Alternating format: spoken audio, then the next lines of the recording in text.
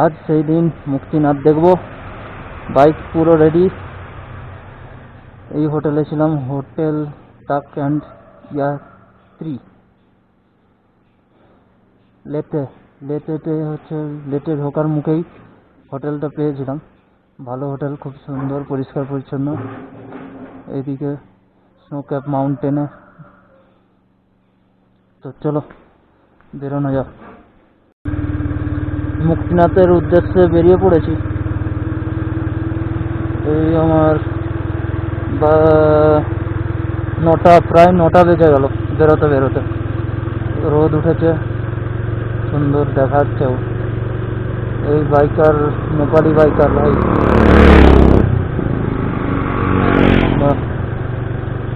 সামনে স্নোক্যাপ মাউন্টেন, সুন্দর ভিউ দেখতে দেখতে উপভোগ করতে করতে যাচ্ছি। পাহাড়ের মধ্যে পাইন গাছ সুন্দর, আর একদম সামনেই স্নোক্যাপ মাউন্টেন। সকাল ভোরবেলায় উঠেছিলাম, সুন্দর দেখাচ্ছিল, দারুণ দেখাচ্ছিল।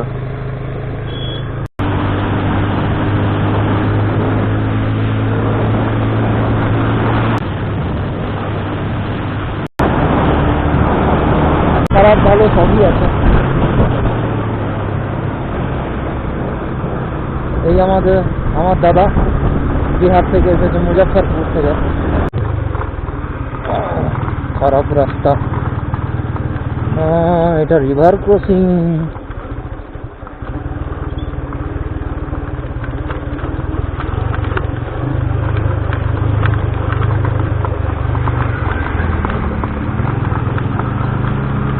কোনো এক রিভার ক্রসিং এটা। এদিক থেকে জল বয়ে আসে পাহাড়ের উপর থেকে, আর এটা দিয়ে হয়ে বেরিয়ে যাচ্ছে।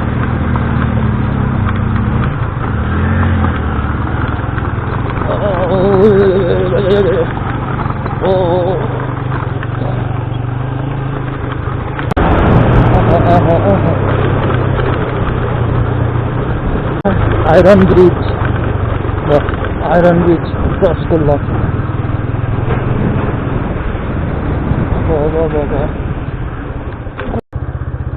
দেখো পাহাড়ের জীবন কত কষ্টকর, পিঠে কত বড় বোঝা নিয়ে করে হেঁটে হেঁটে যাচ্ছে।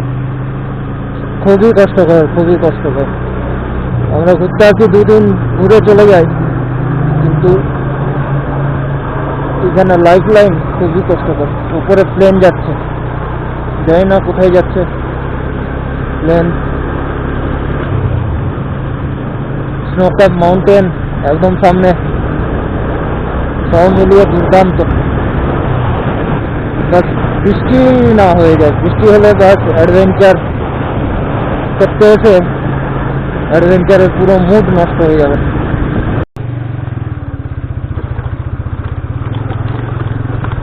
কথা এইখানে বৌদ্ধিকদের কিছু করা আছে, বুঝতে পারছি না এটা কি मंत्र है, मंत्र।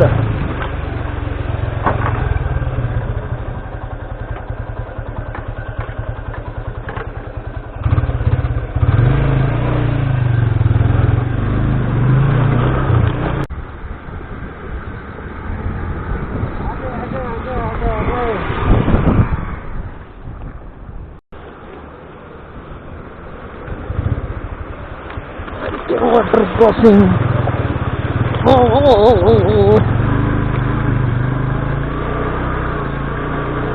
चलो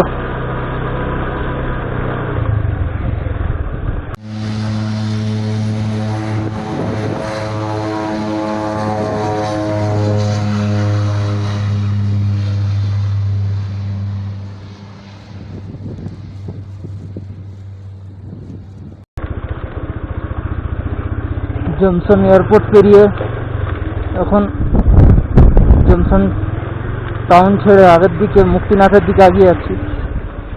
মুক্তিনাথ সামনের দিকে আর 20-25 কিলোমিটার হবে, তো সেই জন্য আর কি খুব আস্তে আস্তে যাচ্ছি।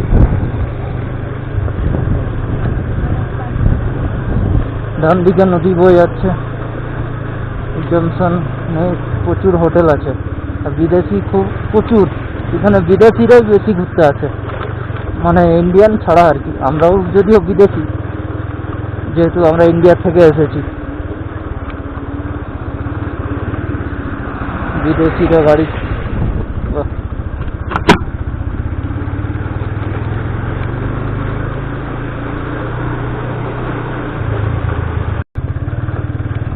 মুক্তিনাথের রাস্তায় সুন্দর স্ট্যাচু বানিয়ে রেখেছে। কি হেরি হেজলি ওয়েলকাম টু মুক্তিনাথ। সুন্দর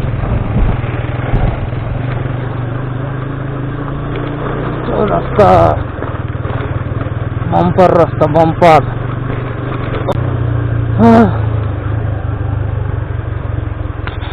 মনে হয় এইটাই কালীগণ্ডকী রিভার।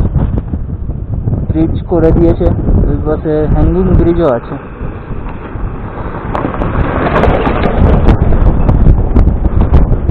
আরে বাবা রে, হাওয়ার স্পিড, প্রচন্ড হাওয়ার স্পিড।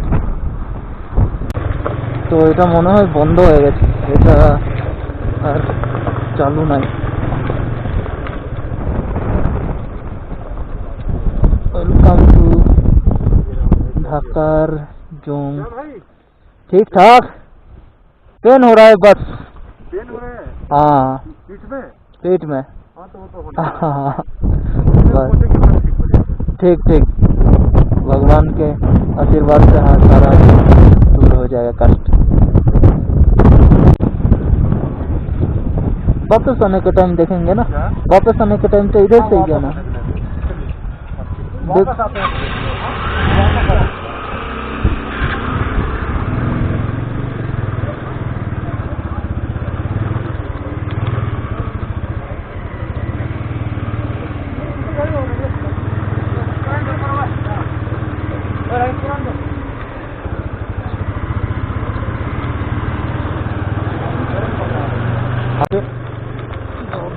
রাস্তা, ভগবান দর্শন।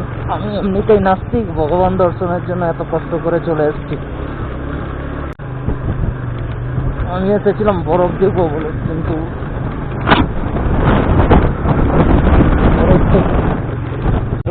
এটা কোনো গ্রাম যেখানে থেকে আমরা বেরোচ্ছি। এগুলো মনে হয় লেবু গাছ, কারণ লেবু গাছই এখানে চাষ হয় শুনেছি। তো লেবু তো এখনো অব্দি ধরেনি। লেবু গাছ মনে হয় এই গ্রামটাই, লেবু গাছের এইগুলো শুকনো হয়ে পড়ে আছে। এই সবে শীত বেরোলো, সুন্দর গ্রাম ধরে বেরাচ্ছি। চোরা বুক নিয়ে অবাধ্য অসুখ নিয়ে চলেছি এই রাজপথে। এখানে বিদেশি প্রচুর আছে, ট্রেকিং করে। এটা মনে হয় ট্রেকিং এরই রাস্তা, ট্র্যাক করে করে সব বিদেশিরা ঘুরতে আসে, যদিও ইন্ডিয়ানরাও আছে অনেকে। ফার্স্ট বরফ দেখতে পেলাম, দাদা যে হাত দিচ্ছে বরফের মধ্যে, ফার্স্ট বরফ। ও দারুণ। পার্কিং এরিয়া মুক্তিনাথ, ঘোড়া দাঁড়িয়ে আছে ট্র্যাকের জন্য, চারদিকে ঘোড়া দাঁড়িয়ে করে রেখেছে। এই হচ্ছে মুক্তিনাথ গেট। এবার সিঁড়িতে করে উপরে যেতে হবে। তো মুক্তিনাথ গেটের সামনে অবধি বাইক নিয়ে চলে এসেছি। এই আমার বাইক, দাদার বাইক ওইদিকে। তো এই হচ্ছে এইখানের ভিউ। চলো মুক্তিনাথের দিকে, উপর দিকে আগাই।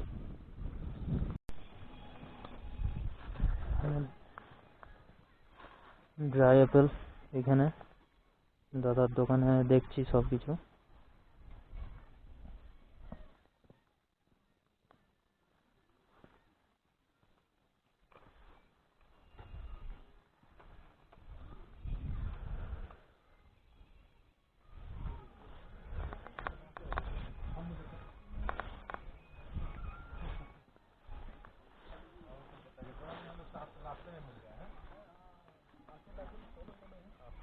चलो चलो।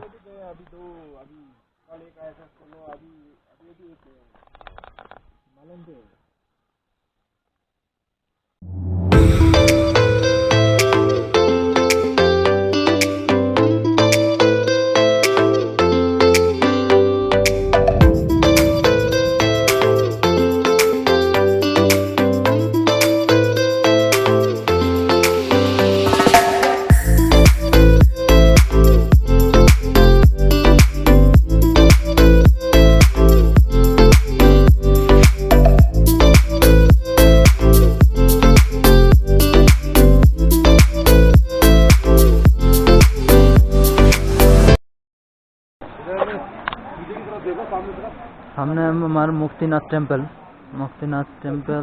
আর এগুলো ধারা, আর ওই পাশে আছে 108 ধারা, আর এই পুল, দুটো পুল, আর এখানের নাজারা ঠিক এইরকম।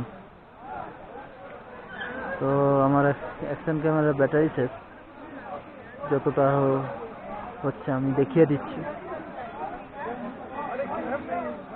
জয় বাবা মুক্তিনাথ।